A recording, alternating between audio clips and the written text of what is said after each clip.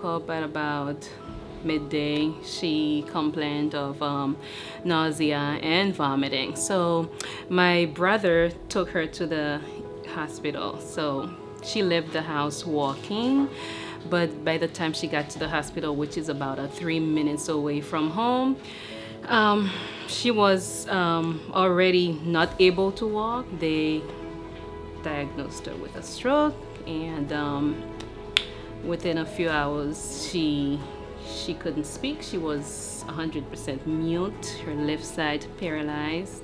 So when I first met Lynn and did her evaluation, she was completely paralyzed, hemiparesis, that's what we call it, on one side, on her left side. Lynn could not sit up at the edge of the bed. She had no balance whatsoever. Even her focus, she could not focus with her eyes on you. So we considered that she was total assist, meaning all of the effort in moving her was just on the therapist. So it was pretty bad.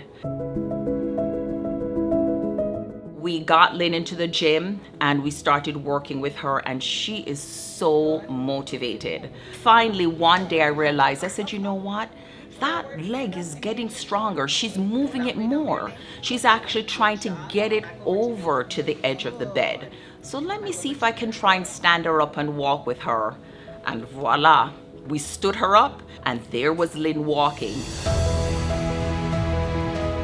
Everybody was just happy, crying. It was just amazing. And it was just smooth sailing from there. My approach as an OT was, we need to get Lynn sitting up on the edge of the bed, because that's the first most functional position to start taking care of yourself. I was really focused on trying to return as much function as I could to her left side. That's where all of her weakness was. So I used functional electrical stimulation from a machine we have here called an RTI bike. So that's where I'm able to place these electrical pads on different muscle groups in her arm, and it's providing a stimulation to the muscles to try to reignite some of those sparks going on in your neurons. She was not able to communicate at all.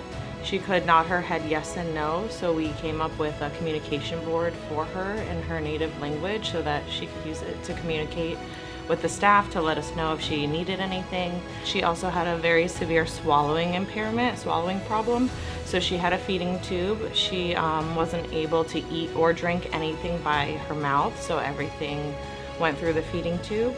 We've been working on her respiratory muscle strength, so strengthening the muscles that she uses to breathe in and out.